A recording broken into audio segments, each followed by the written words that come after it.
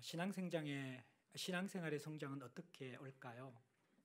계단을 올라가듯이 한 계단 한 계단 차근차근 올라가는 그러한 신앙생활, 물론 있을 수 있지만 대부분 사람은 신앙의 성장이 그렇게 일어나는 것 같지는 않습니다. 그 신앙의 성장은 업앤다운, 계속해서 올라갔다 내려갔다 올라갔다 내려갔다 이렇게 업앤다운을 계속하다가 인생의 매우 중요한 시기, 전환점이 된 시기에 하나님께서 우리를 찾아오셔서 우리를 만나 주실 때 그때 우리의 신앙이 도약하는 것, 점프하는 것을 보게 됩니다. 참 이 신앙이라는 것이 하나님이 우리를 건드려 주실 때, 하나님이 우리의 인생 깊숙한 곳에 찾아오셔서 만나 주실 때, 그때 우리는 한 계단 한 계단 올라가는 신앙 성장보다 하나님 앞에서 우리의 신앙의 눈이 활짝 열리면서 도약하는 그러한 신앙의 성장들을 경험하게 됩니다. 야곱의 인생 속에서도 사실 이 신앙이 도약하는 그러한 성장의 전환점, 터닝 포인트가 두 번 있었죠. 야곱 인생을 아시는 여러분들, 그 두 가지가 무엇입니까? 하나는 우리가 오늘 본문에서 보는 베델의 언약 사건입니다. 또 하나는 이것은 이제 브엘세바에서 하란 땅으로 갈 때이고, 또 20년 후에 하란에서 브엘세바로 이 고향으로 돌아올 때 또 하나의 중요한 터닝 포인트가 있죠. 야복강 나루트에서 기도하는 사건. 그러니까 야곱의 이 인생에 신앙이 성장하게 되어지는 터닝 포인트가 바로 오늘 이 본문인 베델의 언약 사건과 그리고 야복강의 기도 사건입니다. 우리가 이 오늘 본문을 바라보면서 야곱 인생에 하나님이 찾아오셔서 그의 눈을 여셔서 하나님에 대한 인식을 열어주시고 또 야곱이 그동안 살아왔던 삶의 방식을 깨우쳐 주십니다. 그러면서 야곱의 신앙 인생의 전환점을 마련해 주시는 하나님의 손길을 우리는 경험하게 될 것입니다. 우리 인생에도 이러한 야곱을 찾아오시는 하나님, 내 인생의 전환점을 만드시는 하나님을 경험할 필요가 있습니다. 이것은 그리스도인에게, 성도에게 굉장히 중요한 인생의 방향을 틀어주는 것입니다. 고여있던 우리의 신앙을 깨워주는 것입니다. 멈추어있던 우리의 신앙을 다시 하나님을 향하여서 달려갈 수 있도록 하는 것, 그것이 바로 하나님이 우리에게 찾아오셔서 만들어주시는 터닝 포인트입니다. 오늘 이 야곱에게 찾아오시는 하나님의 손길, 또 하나님의 역사를 우리가 살펴보면서 우리 인생에도 이러한 역사가 찾아온 적이 있다면 감사할 수 있고, 또 하나님, 우리의 인생에도 이러한 하나님이 찾아오셔서 우리의 삶을 근본적으로, 본질적으로 변화시켜 주시는 그러한 은혜를 갈망하고 간구할 수 있는 그러한 예배의 자리가 되었으면 참 좋겠습니다. 오늘 본문은 이제 장자권을 탈취하고 형 에서와 아버지 이삭을 속이고 브엘세바에서 하란으로 도주하는 야곱의 모습이 첫 모습에 등장합니다. 10절에 보면 야곱이 브엘세바를 떠나 하란으로 향하여 갑니다. 도피자 신세가 되어서 먼 그란 라반, 삼촌 라반이 있는 하란 땅으로 가는 것이죠. 거리가 대략 얼마나 될까요? 성경학자들은 브엘세바에서 하란까지의 거리가 대략 800km에서 900km 정도 된다라고 이야기합니다. 엄청난 거리인 것이죠. 그 당시 교통시설이 없을 때 이 거리를 가기 위해서는 최소한 2달 정도의 시간이 걸리는 긴 여행길, 여정이 바로 지금 이제 야곱이 도주하는 그러한 길이라는 것이죠. 그러다가 오늘 10절에 보면, 11절에 보면 한 곳에 이르러, 이 한 곳이 보면 이 당시의 이름은 루스였고, 여러분들 야곱이 이제 이곳에서 하나님을 만나고 난 다음에 베델이라는 이름으로 이 지명을 명명하게 되죠. 이것은 브엘세바에서 대략 한 80km에서 90km 정도 되는 그러한 거리에 있다라고 이야기합니다. 어떤 사람들은 이 야곱이 에서에게 생명의 위협을 받았기 때문에 잠도 자지 않고 쉬지도 않고 막 달려서 하루 만에 90km 정도를 와서 지쳐서 쓰러져서 지금 오늘 이렇게 나가떨어서 자고 있다라고 그렇게 해석하는 사람도 있는데, 이건 뭐 거의 마라톤 선수라도 하루에 90km를 달린다는 것은 거의 불가능한 일이고, 대략 한 2, 3일 정도 아주 바쁘게 걸어야지만 걸을 수 있는, 도착할 수 있는 거리라고 그렇게 볼 수가 있습니다. 근데 이 한 곳에 이르자마자 야곱이 보면, 여러분들 10절에 보면 11절에 보면요, 해가 진지라 거기서 유속하려고 그곳에 한 돌을 가져다가 베개로 삼고 거기서 누워 자더니, 여러분들 이 고대 근동, 특별히 중동 지방은 날씨가 굉장히 덥잖아요. 그래서 낮에는 긴 거리를 걸을 수가 없습니다. 그래서 대부분 여행자들은 해가 진 다음에도 2-3시간 이상을 걷게 되어집니다. 서늘할 때 오히려 걷는 것이 더운 낮에 걷는 것보다 훨씬 더 효율적이기 때문입니다. 그런데 아마 야곱은 지금 혼자잖아요. 그 어두운 길을 홀로 걷는 것에 대한 두려움도 있고, 또 하나는 굉장히 지금 지쳐있는 상태입니다. 지금 정서가 불안하고 쫓기는 상태이고 허겁지겁 지금 달려온 그런 상태였기 때문에 야곱은 해가 진 다음에 더 길을 재촉하지 아니하고 해가 지는 적시에 바로 이 녹초가 된 몸을 이끌고 잠자리를 찾는 것이죠. 노숙을 합니다. 노숙을 하면서 돌을 베개 삼아서 누워서 잔다, 그렇게 이야기하는데, 사실 이 노숙을 해볼 리가 없겠지만 돌을 한번 여러분들 베고 주무실 수 있습니까? 저는 이제 이게 찜질방 가가지고 딱딱한 나무 베개 있잖아요.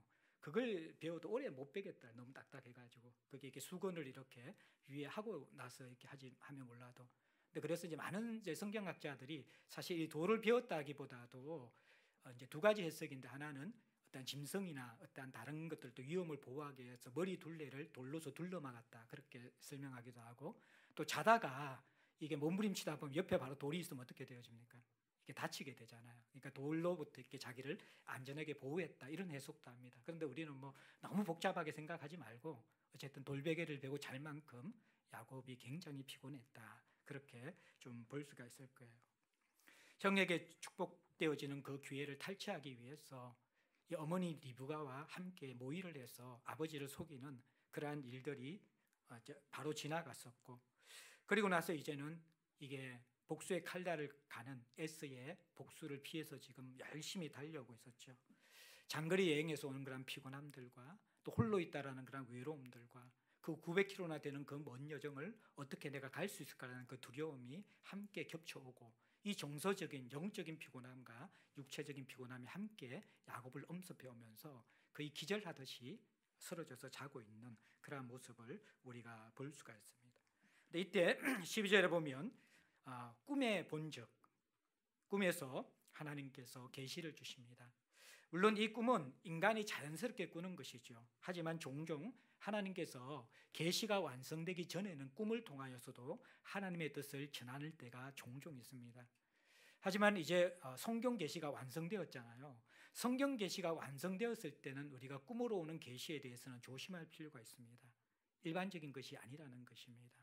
그래서 물론 하나님께서 지금도 성경이 제공되지 않는 곳, 이런 곳에서는, 특별히 아랍권이나 이슬람권 이런 곳에서는 꿈을 통해서도 복음에 대한 계시를 통하여서 누구를 만나라 그러고, 또 어떤 그런 하나님의 인도가 있을 수는 있습니다. 그러나 보편적인 것이 아니고 계시가 완성된 오늘날 시대에는 꿈을 통한 계시는 매우 조심해야 될 그런 부분이라는 것들, 신뢰하기에는 좀 많은 문제가 있다는 것을 여러분들이 일단은 이해를 하셔야만 합니다. 하지만 이때는 하나님께서 이 야곱에게 자신의 뜻을 나타내볼 방법이 꿈밖에 없었기 때문에 꿈을 통하여 나타내 보여주신 것입니다. 근데 이 꿈에서 보면 사닥다리가 땅 위에 서 있는데, 땅에 견고하게 이렇게 딱 받쳐져서 하늘을 향하여 올라가 있는 사닥다리를 꿈에서 보았습니다. 근데 그 꼭대기가 하늘에 닿았고, 또 본적 하나님의 사자들이 그 위에서 오르락 내리락 했다. 그러니까 하나님의 사자, 천사들이 사닥다리, 하늘과 연결된, 땅과 하늘과 연결된 이 견고한 사닥다리를 왔다 갔다 하는데 한 천사가 아니라 수많은 천사들이 왔다 갔다 하는 모습이 야곱의 꿈속에서 보여졌다라는 것입니다. 여러분들 오늘 이 10절에서 11절까지 나오는 이 꿈에 본 하늘에 닿은 야곱의 사닥다리, 이 의미가 도대체 무엇일까요? 많은 성경학자들은 이 하늘과 맞닿은 사닥다리가 바로 하나님께서 지금 야곱에게 주시는 굉장히 중요한 메시지다, 그렇게 해석을 하고 있습니다. 지금 야곱의 인생의 가장 절박한 순간, 야곱이 가장 비참한 사망의 음침한 골짜기와 같은 곳에 떨어지고 있는 그 순간에 하나님께서 예기치 않게 찾아오시는 장면입니다. 처참한 자리에 앉아있는 야곱에게 찾아오시는 하나님, 인생의 힘이 빠져있는 그런 야곱, 마음의 이 줄이 풀어져 버리는 그러한 자리, 이제는 어머니 리브가도 없는, 누구도 자신을 보호해 줄 수 없는 보호가 끊어진 그 자리에 야곱은 외롭게 주저앉아 또 누워 있습니다. 인생의 패배자 같은 야곱, 도망자 같은 이 야곱에게 하나님께서 찾아오셔서 하늘 사닥다리를 보여주십니다. 이 메시지는 그동안 땅의 방식으로 살아오는 야곱을 향하여서 너가 이제는 새로운 방식으로 살아가야 한다는 것을 깨우쳐주기 위한 것이라는 거예요. 야곱의 지금까지의 방식은 철저하게 하늘과 연결된 사다리가 있는지를 모르는, 자기의 깨와 자기의 노력과 자기의 그러한 야망을 쫓아서 살아오는 철저한 땅의 방식의 사람이었습니다. 자기중심적이고 성공지향적이고 기회주의자인 그 모습으로 야곱은 철저하게 살아오고 있었던 것이죠. 성공의 사다리를 오르기 위해서 그는 자기 방식에 매여있는 그런 사람이었습니다. 땅의 방식으로 장자권을 탈취했고 땅의 방식으로 에서와 아버지 이삭을 속였던 그러한 철저한 땅에 속한 사람이었습니다. 이러한 자에게 오늘 하나님께서는 하늘과 연결된 사닥다리를 보여주십니다. 성도의 삶은 땅의 방식으로 내가 원하는 것을 뛰어올라서 쟁취하는 것이 아니라 하늘의 하나님을 바라보며 그 하늘과 연결된 사닥다리로부터 하나님께서 공급하시는 은혜와 하나님께서 이끌어주시는 그 놀라운 사랑을 통하여서 살아가는 새로운 방법, 그것이 바로 야곱이 이제는 하나님께 다루어지면서 배워야 될 삶의 방식이라는 것을 가르쳐주고 있는 것이죠. 야곱은 하늘이 닫혀져 있다고 생각하고 살아갔습니다. 그래서 하늘이 닫혀져 있기 때문에 하늘의 축복에 대한 갈망은 있는데 하늘의 것을 소유하기 위해서는 자신이 뛰어올라서 쟁취해야 된다고 생각하고 있었던 사람이죠. 그런데 하나님께서 이제 그것이 아니라 하늘은 닫혀 있지 않고 하나님은 너와 멀리 있는 하나님이 아니라 너와 하나님과의 사이에 하늘 사다리가 연결되어져 있고 하나님께서 너에게 은혜와 사랑을 공급하시고 하나님의 방법으로 너를 인도하시면서 너에게 주시고자 하시는 영적 축복을 선물해 주시기를 원한다라는 것을 오늘 가르쳐 주시는 것이죠. 여러분들, 이 야곱의 사닥다리에 대한 이미지를 가지고 요한복음 1장 51절에는 이렇게 기록하고 있습니다. 또 이르시되 진실로 진실로 너희에게 이르노니 하늘이 열리고 하나님의 사자들이 인자 위에 오르락 내리락 하는 것을 보리라 하시니라. 자, 이게 굉장히 재미있는 표현인데요. 하늘이 열리고 하늘의 천사들이 오르락 내리락 하는데 사닥다리가 없습니다. 여기에서는 누가 사닥다리입니까? 인자 위에 오르락 내리락 한다는 것이 요한복음 1장 51절이거든. 이거는 지금 야곱의 사닥다리를 염두에 둔 예수님의 묘사라는 것입니다. 결국 예수께서 이 땅에 오셔서 하실 일은 뭐냐면 말씀이 육신이 되셔서 이 땅에 오신 예수께서는 하늘과 땅을 이어주는 사닥다리가 되기 위해서 오셨다라는 것입니다. 야곱이 꿈에 본 이 사닥다리처럼 하나님께서 이 천사가 아래 위로 오르락내리락 하는 그 사닥다리의 역할을 이제는 예수께서 하시기 때문에 인자 위에 천사들이 오르락내리락 하는 그 장면들을 요한복음 1장 51절에서 우리에게 그려주고 있다라는 것입니다. 사랑하는 성도 여러분들, 오늘 본문에서 첫 번째 이 야곱에게 찾아오신 메시지, 이것은 오늘날 우리에게도 동일하게 주시는 메시지라는 것을 여러분들 기억하셔야만 합니다. 우리는 그리스도인이 되고 나서도 하늘과 연결되어진 예수 그리스도 안에서의 삶을 잘 모르고 우리의 힘으로 살아가는데 너무 익숙해져 있는 사람이라는 것입니다. 야곱의 DNA가 우리 뼛속까지 스며들었기 때문에 가장 중요한 일, 가장 원하는 일에 대해서만큼은 대부분 우리는 예수 그리스도를 통하여서 쟁취하기보다도 내 방법과 내 욕심과 내 계획으로 쟁취하는데 약삭빠른 사람들입니다. 자녀의 문제, 결혼의 문제, 성공의 문제, 그 대부분의 문제를 실제로 기도하지만 그 기도 속에 하나님을 의뢰하고 하나님의 주권을 인정하고 하나님이 나를 이끌어 주시는 그 삶에 대한 갈망보다도 내 야망이 더 크기 때문에 내 길과 내 방식과 내 목표와 내가 원하는 것을 하나님 앞에 주장하면서 얻어내는 이 야곱과 같은 삶의 방식에 익숙해진 것이 바로 우리의 모습이라는 것입니다. 이러한 야곱의 DNA를 가지고 있는 우리에게 하나님은 하늘의 사닥다리가 연결되어져 있고 바로 예수 그리스도 안에 연결된 삶을 살아갈 때에만이 우리가 하늘의 것을 누릴 수 있다라고 이야기하고 있는 것이죠.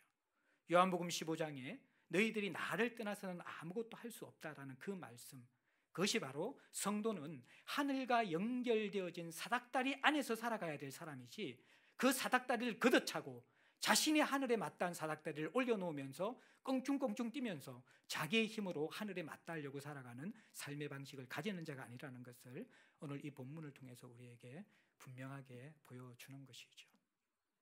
땅의 방식으로 살아온 이 야곱의 지금의 모습이 여러분들 어떻습니까? 장자권을 탈취한 것 같지만 그의 몸이, 그의 마음이, 그의 영혼이 피폐해져 있습니다. 도망자의 신세인 것이죠. 예.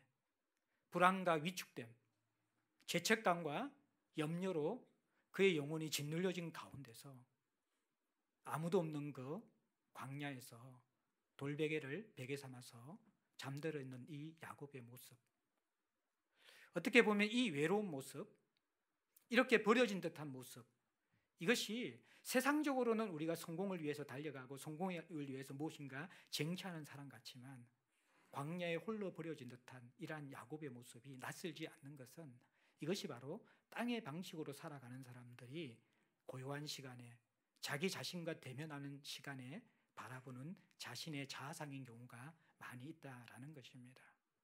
이러한 우리에게 하나님께서는 하늘 사닥다리가 있는 것을 아느냐라고 그렇게 말씀하고 계십니다. 너희 힘으로 아둥바둥 살아가는 그런 삶이 아니라 네가 하나님 앞에 기도하면, 오늘 이 천사가 오르락 내리락 하는 그 장면은 많은 성경학자들이 천사들이 열심히 하나님의 일을 봉사하면서 이 천사들의 임무교대의 모습이라고도 많이 설명하거든요.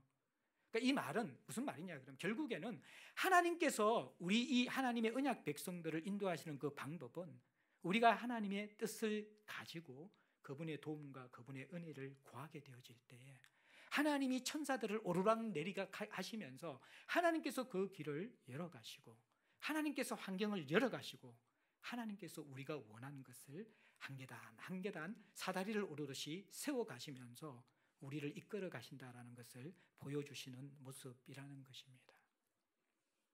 인생을 어떻게 사십니까? 여러분이 사닥다리를 만들어 놓아서 사십니까?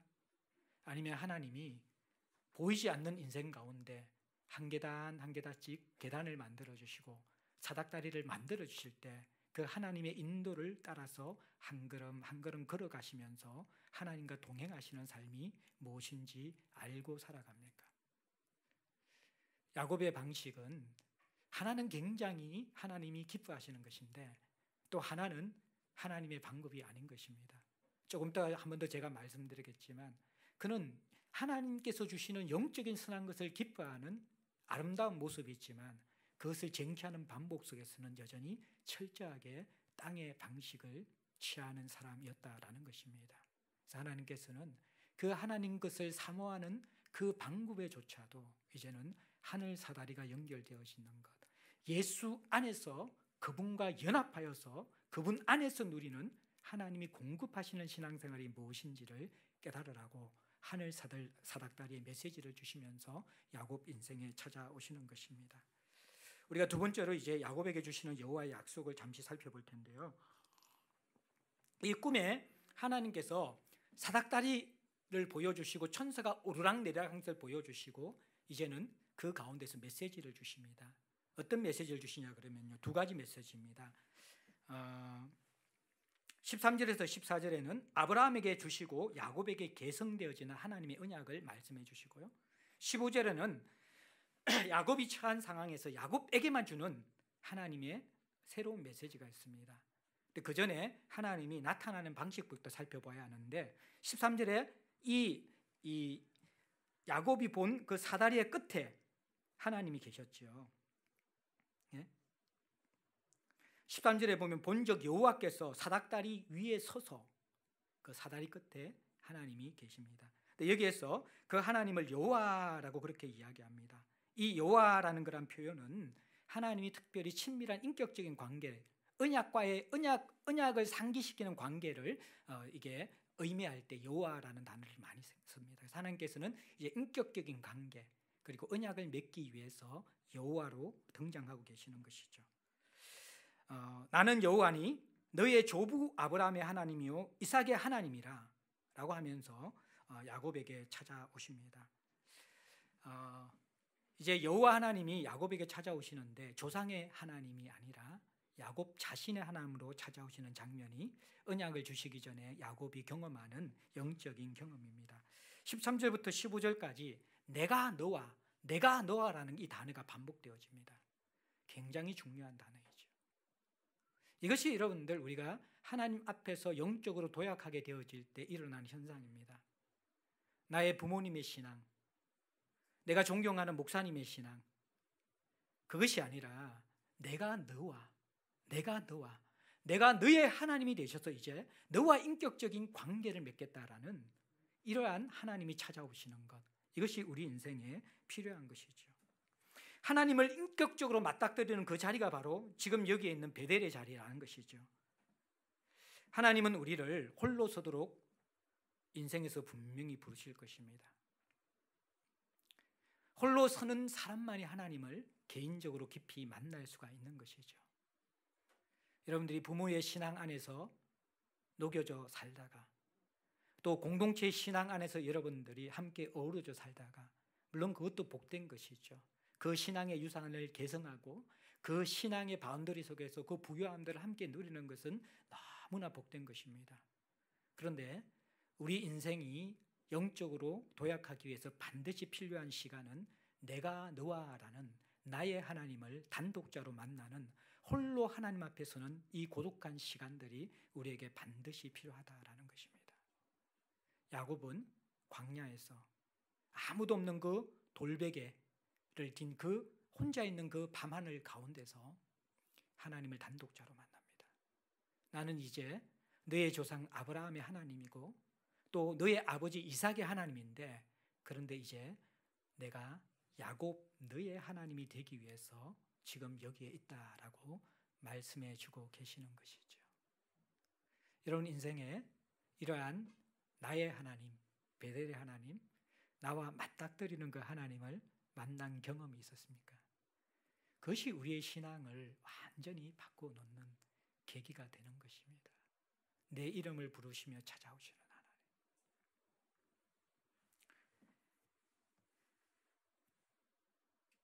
그러면서 13절 14절에 아브라함에게 언약했던 것을 야곱에게도 계승시켜 주시는데 세 가지지요.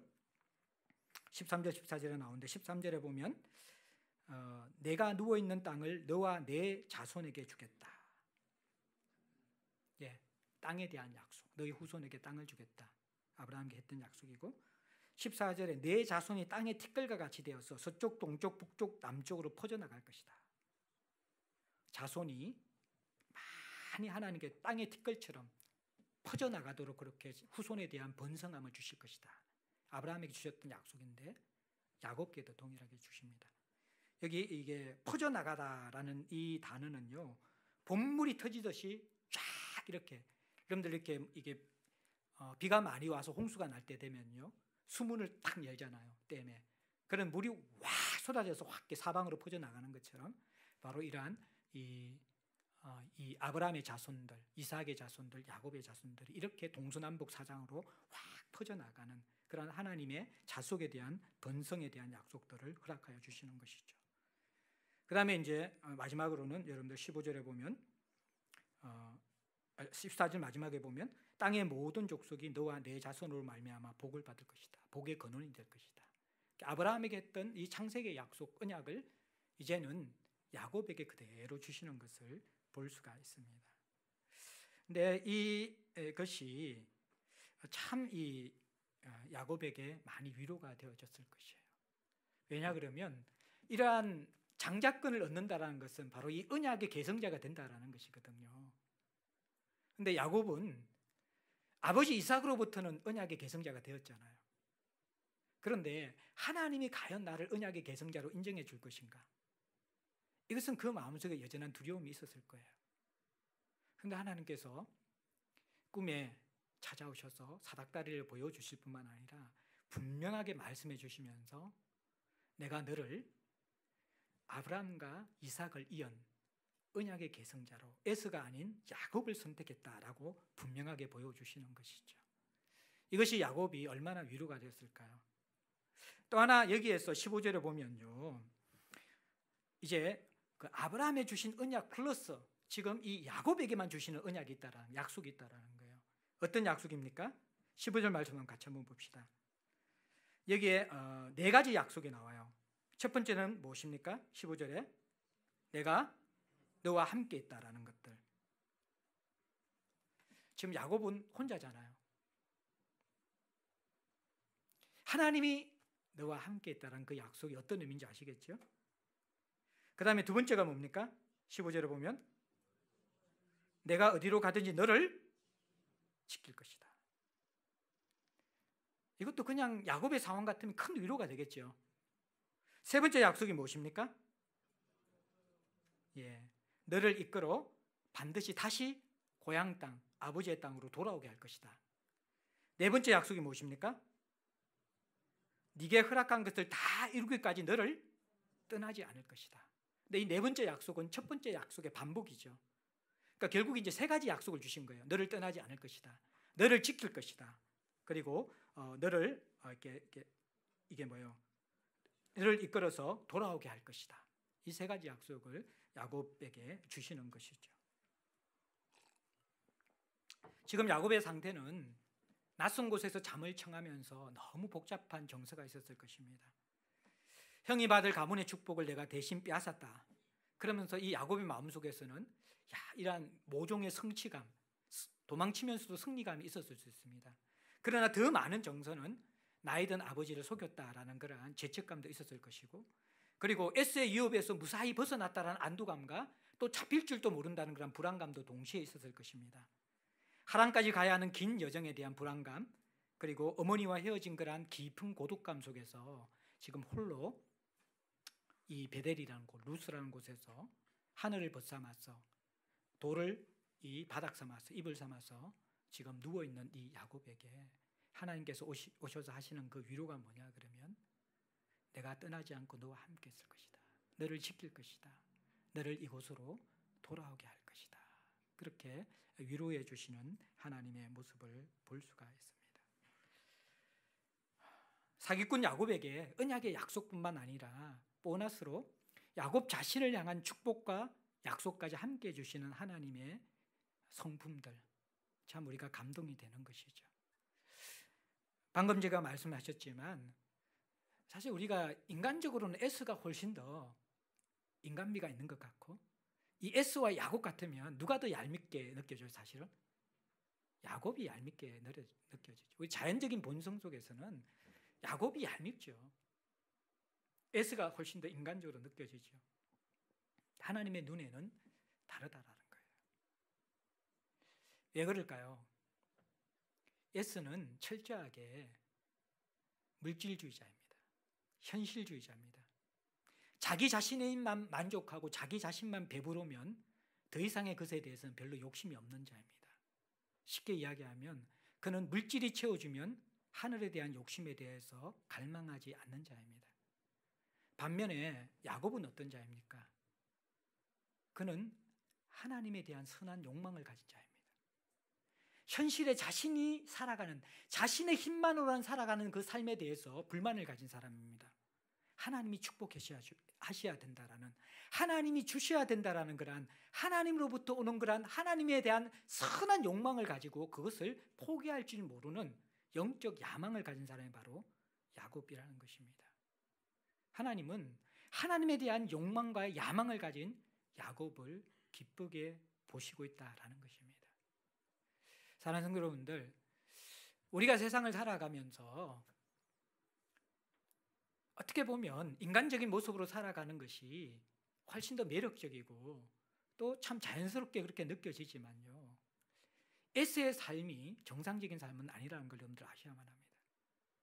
많은 성도들이, 오늘날 성도들이 먹고 마시는 문제에 부족함이 없으면 더 이상 하늘의 것을 찾지 않는 장자권을 그냥 팥죽 한 그릇에 팔아 넘기면서 팥죽만 먹을 것이 있으면 장자권에 대해서는 별 관심을 두지 않는 그런 인생들을 살아가는 그리스도인들이 많이 있다라는 것입니다.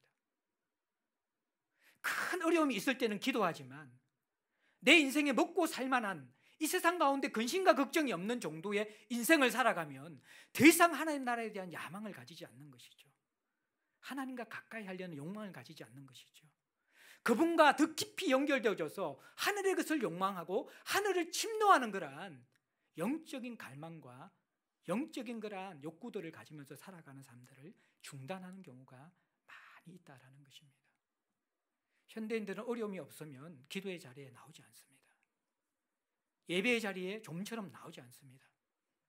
하나님에 대한 그 선한 갈망 때문에 하나님을 찾는 사람은 정말 가물에 콩나듯이 하는 것이죠. 하나님을 더 알고 싶어서. 오늘 우리가 마지막 찬양, 세상과 벗대는 게 하나님의 진실한 친구 되기 원합니다. 다른 어떤 은혜를 우리가 구하지 않겠습니다. 우리가 찬양은 예배 드릴 때 이렇게 하지만 일상 속에서 야곱이 가졌던 하늘에 속한 하나님이 주시는 그것에 대한 열망을 가지면서 주님 앞에 간절한 마음으로 나아가는 사람들을 찾기가 힘들다라는 것입니다. 야곱의 방식은 분명히 땅의 방식입니다. 문제가 많습니다. 그러나 야곱의 방향, 야곱의 인생의 목적은 하나님이 바른 것이라고 인정해 주시는 것이죠. 세상의 것에, 어떤 세상의 어떤 만족에서 그것에서 그치는 것이 아니라 하나님이 주시는 것을 향하여서 끝없는 갈망을 가지고 나아가는 야곱, 하늘의 것을 사모하고 추구하는 야곱의 모습을 하나님께서는 기뻐하셨던 것 같습니다. 사랑하는 성도 여러분들, 이러한 야곱에게, 이 하늘의 것을 사모하고 갈망하는 야곱에게 하나님 찾아오셔서 아브라함의 언약을 계승해 주시고요, 더 나아가서는 그 현재의 외로움과 복잡한 마음과 두려움과 내 선택이 옳은가라는 그러한 여러 가지 갈등 상황에 있는 야곱에게 너가 나의 장자권을 계승하는 언약의 후손이 맞다라는 것을 인정해 주시고, 그리고 이 야곱과 함께 하시겠다라는, 지켜주시겠다는, 너를 다시 고향으로 돌아올 때까지 너를 보호하겠다라는 야곱을 향한 특별한 약속까지 주시면서 야곱을 하나님께서 위로해 주십니다. 마지막으로 이러한 하나님의 약속을 받은 야곱이 여호와를 향하여서 소원합니다. 16절부터 22절까지 나오는데 우리가 조금 빨리 찾아보면 야곱이 잠이 깨어서 이제 소원을 하는데, 여호와께서 과연 여기 계시거늘 내가 알지 못하였도다. 두려워하여 두렵도다. 이것은 다름 아닌 하나님의 집이요 이는 하늘의 문이로다 하고, 그렇게 16절 17절에 이야기하는데, 하늘의 사닥다리를 보고 하나님의 음성을 들은 야곱이 잠이 깨어나면서 하나님에 대한 새로운 시각이 열리는 것을 보게 됩니다. 그 첫 고백이 무엇입니까? 여기 계시거늘 내가 알지 못하였다라는 하나님에 대한 새로운 시각입니다. 고대 근동에서 사람들의 신개념은 지역 신개념입니다.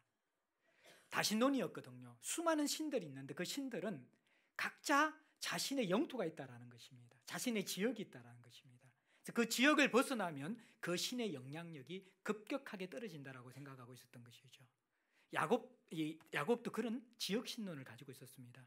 그래서 이 이삭의 집, 아버지의 집, 리브가 어머니와 함께 있을 때 그때 하나님은 분명히 가장 강력한 신이신데, 이제 하란 땅으로 가고 있는 그 여정 속에서 이 들판에서 광야에서 홀로 멀리 떨어져 있는 이곳에, 그곳에도 하나님이 계신 줄 야곱이 몰랐던 것이죠. 그런데 하나님이 그 광야 같은 들판에도 잠자고 있는 가운데 야곱에게 찾아오셔서 거기에 함께 하시는 하나님을 바라보면서 깜짝 놀라는 것이죠. 하나님, 당신이 여기에도 계시는 줄 내가 알지 못하였습니다. 하나님이 여기 계시거늘 내가 알지 못했습니다 라고 그렇게 고백하는 모습을 보게 됩니다. 우리도 이 하나님의 개념들이 다 이렇게 뭔가 나의 선입견과 나의 경험 속에서 제한을 시켜놓거든요. 하나님을 하나님으로 인식한다라는 것은 내가 알고 있는 하나님에 대한 틀들이 계속해서 깨어지는 것입니다. 그래서 야곱과 같은 고백이 나와야 돼요. 내가 이전에 알지 못했는데 하나님이 이런 분이셨습니다. 그러면서 또 이어서 나오는 고백이 뭡니까? 여러분들 17절에 보면 이에 두려워하여 이르되 두렵도다 라고 이야기합니다.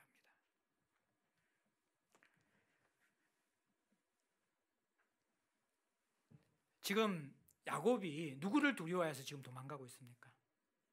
사람을 두려워해서 도망가고 있어요. S를 두려워하고서 도망가고 있어요.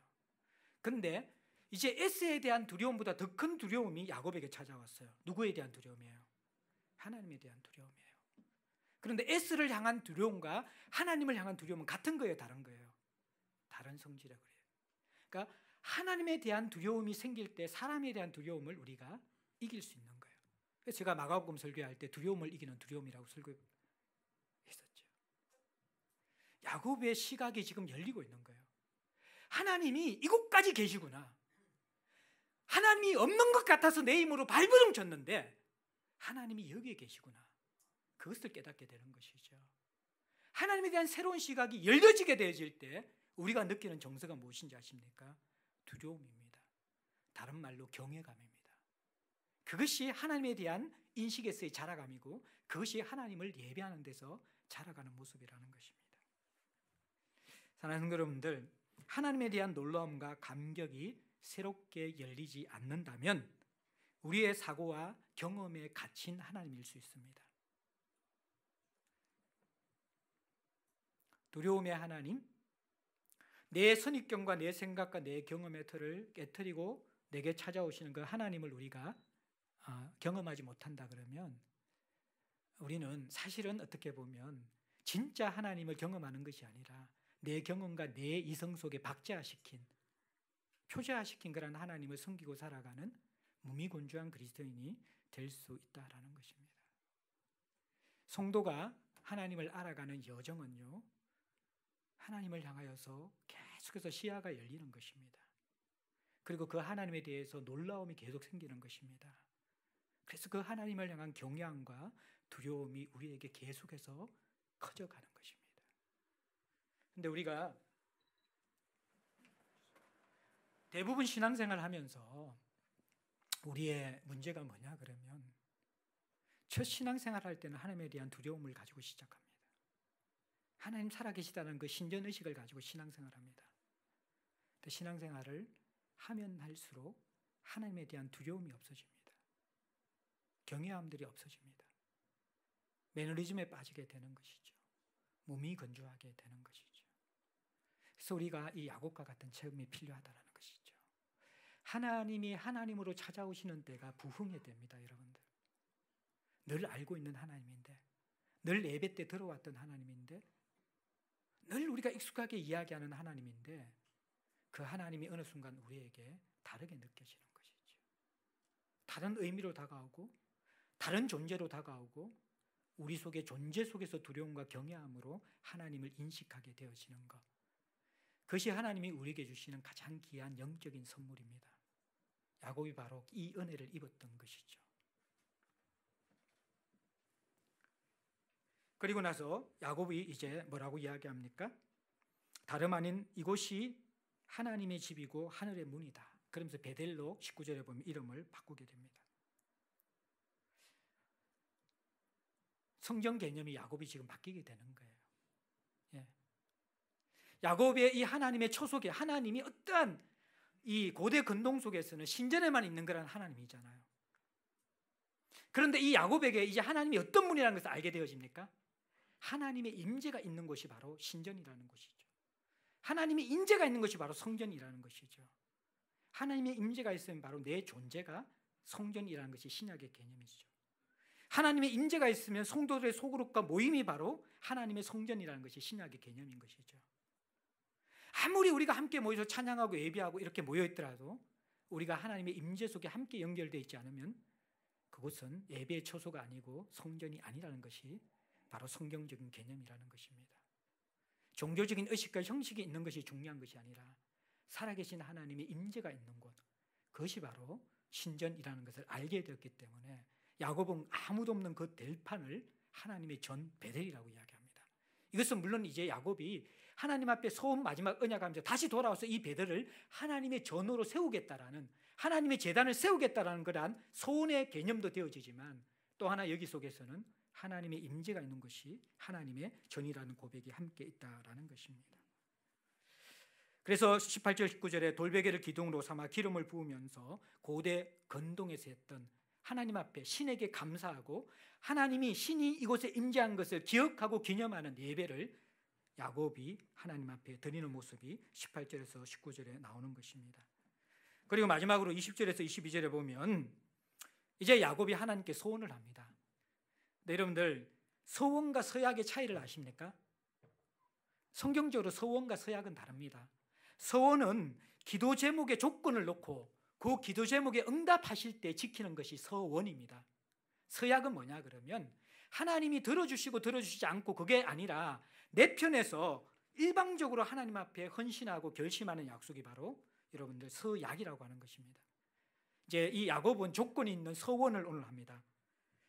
이 서원은 구약에서 가장 긴 내용의 서원인데 야곱의 서원에 대해서 두 가지 견해를 가지고 있습니다. 하나는 하나님이 주신 약속을 믿으면서 약속대로 되기를 간구하는 믿음의 고백이다, 그렇게 해석하는 사람이 있고, 또 한 부류의 사람은 마지막 이 야곱의 서원은 이토록 강렬하게 하나님을 만났음에도 불구하고 야곱 DNA, 야곱의 본성을 속일 수 없는 야곱의 장사꾼 같은 기질이 들어가 있는 조건적인 서원이다, 그렇게 해석하는 사람이 있습니다. 저는 후자 쪽에 조금 더 제가 이렇게 해석을 지지하는 편입니다. 왜 그러냐 그러면 한번 봅시다. 야곱의 소원에 이게 야곱이 하나님께 제시한 조건이, 하나님은 세 가지를 약속했잖아요. 야곱에게 함께 할 것이고 지킬 것이고 돌아올 때까지 떠나지 않겠다. 근데 여러분들 보시면요, 야곱이 하나님 앞에 조건으로 내세우는 것은 여러분들 20절 21절에 보면 5가지입니다. 보세요. 첫 번째 뭡니까? 하나님이 나와, 이게 여러분들 어디에 나옵니까? 하나님이, 첫 번째 여러분들 15절에 함께 있어가 첫 번째 함께 계셔서 맞죠? 예. 그 다음에 여러분들 두 번째가 뭡니까? 예, 너를 지키시라는데 여기에 보면 또 이제 뭐라고 이야기합니까? 내가 가는 이 길에서 나를 지키시고, 맞아요? 안 맞아요? 맞죠? 그 다음에 세 번째가 뭡니까? 평안히 아버지 집으로 돌아오게 하시면 너를 이끌어 이 땅으로 돌아오게 할지라. 세 가지 약속 다 맞죠? 그런데 중간에 두 가지가 더 포함되죠. 뭡니까? 먹을 떡을 달라는 것과 입을 옷을 달라는 것. 약간 느낌이 다르죠, 그죠? 세 가지 다는 무엇입니까? 어떻게 보면 하나님의 보호와 하나님의 동행이잖아요. 근데 먹을 옷과 먹을 떡은 뭡니까? 아직까지 이 물질주의자 야곱, 여전히 세상에 땅에 어떠한 것들에 대한 그런 야곱의 장사꾼 같은 그런 기질들이 조금 남아있는 그런 느낌이 들지 않습니까? 그러면서 그렇게 되어지면 이제 소원을 합니다. 첫 번째는 이제 21절에 여호와께서 나의 하나님이 되실 것이요. 사실 이것도 약간 금방진거란 여러분들 소원이거든요. 왜요?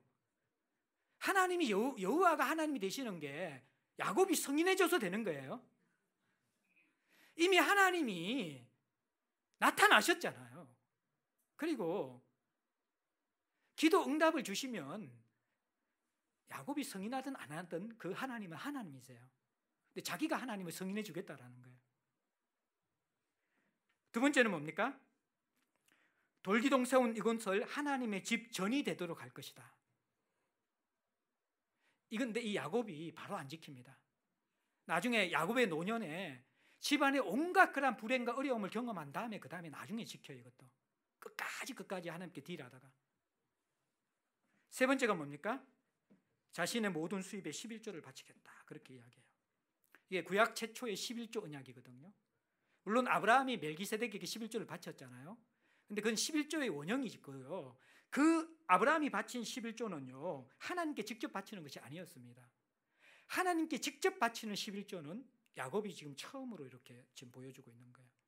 11조는 특별한 것이 아니라 고대 근동의 모든 백성들이 다 알고 있는 것이 바로 알고 있는 세금이 11조였어요. 그러니까 고대 근동의 나라에 속한 모든 국민들은요 국세와 종교세를 내야 되는데 그게 11조예요. 그러니까 이제 이문식 목사님도 그 이야기를 했잖아요. 그러니까 11조의 근본적인 개념은 내가 속한 나라의 백성의 의무라는 것이죠. 그러니까 여러분들이 하나님 나라 백성이면 하나님 나라에 11조를 내고, 세상 백성이면 여러분들 대한민국 백성이면 대한민국에 세금을 내잖아요.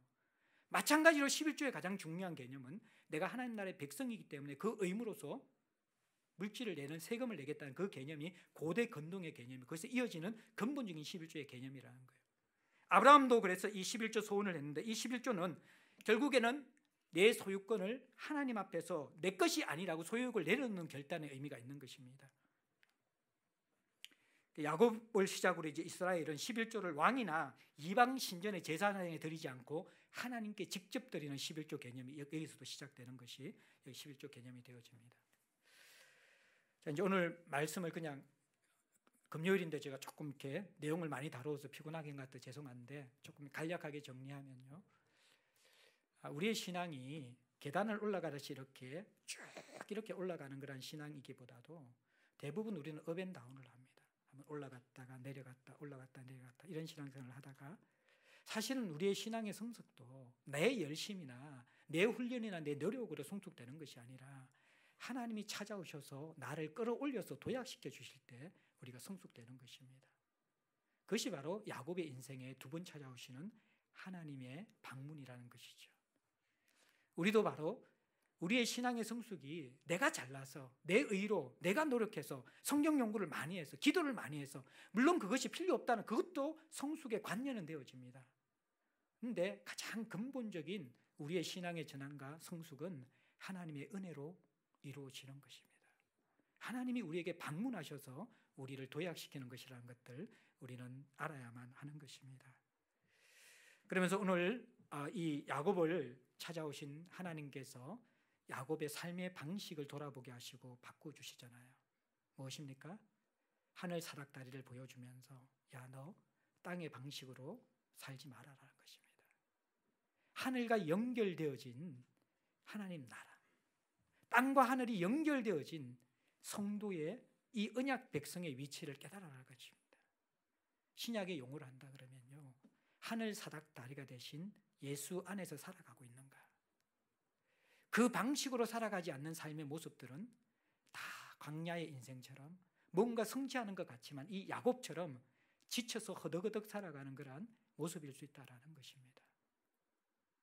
땅의 방식을 내려놓고 하늘 사닥다리가 있다는 걸 기억해 봤냐? 우리에게 중보자가 있고 구원자가 있고 우리를 대신해서 죽으신 구세주가 있다는 것을 너희들이 알고 있느냐? 야곱의 삶의 방식을 깨우쳐 주듯이 우리에게 오셔서 예수 안에 살아가는 새로운 삶의 방식을 일깨워 주시는 하나님의 모습을 우리가 볼 수 있습니다. 그리고 때로는 야곱에게 이 연약함과 허물이 많이 있지만 하나님은 다른 것도 아니라 하나님을 필요로 하는 야곱, 하나님이 주시는 것을 세상의 것보다 더 소중하게 생각하는 야곱의 그 영적 하나님을 향한 추구를 기쁨으로 모시면서 언약권을 계승해 주시는 것입니다.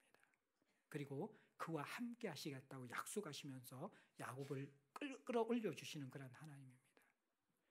사랑하는 성도 여러분들, 인격적인 삶, 세상에서 문제없는 삶, 사람들과 그저 그렇게 편안하게 지내는 삶, 먹고 살기 그렇게 만족스러운 삶, 그게 하나님이 기뻐하시거나 성도의 부르심의 본질적인 삶이 아니라는 것입니다.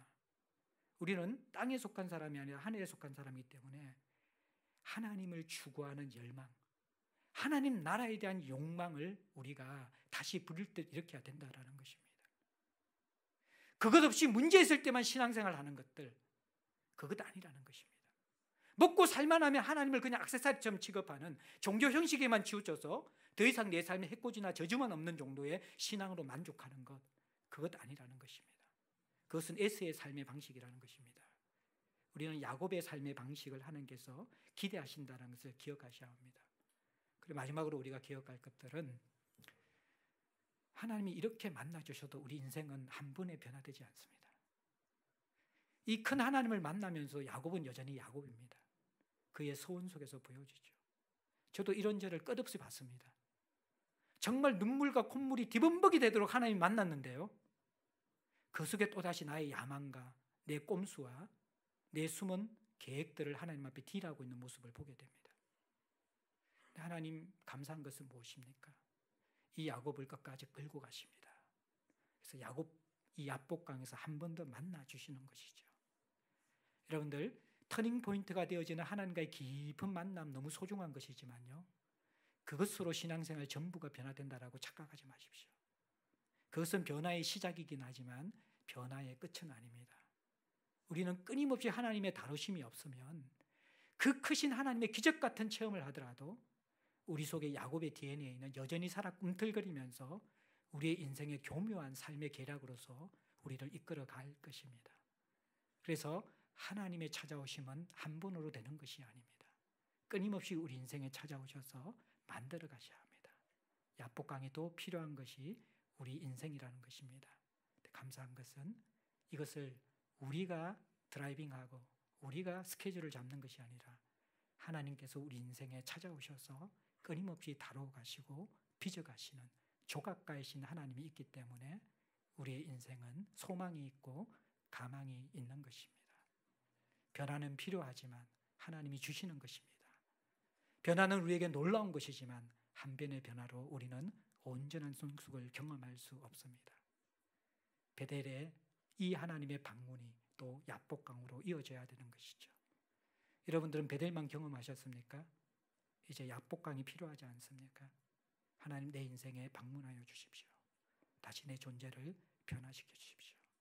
내 속에 있는 이 야곱의 DNA, 지렁이 같은 이 야곱의 본성, 끝까지 나를 붙잡고 있는 이것, 하나님이 포기하지 않고 우리를 다루어 주셔서 마침내 우리 속에 이 제된 속성과 야곱의 속성들이 다 빠져나가면서 하나님 예수 안에서의 진짜 연합되어진 연결된 삶, 그것이 우리의 것이 될 때까지 주님 우리를 인도해 주옵소서. 그런 기도가 저와 여러분들의 있기를 주의 이름으로 축복합니다.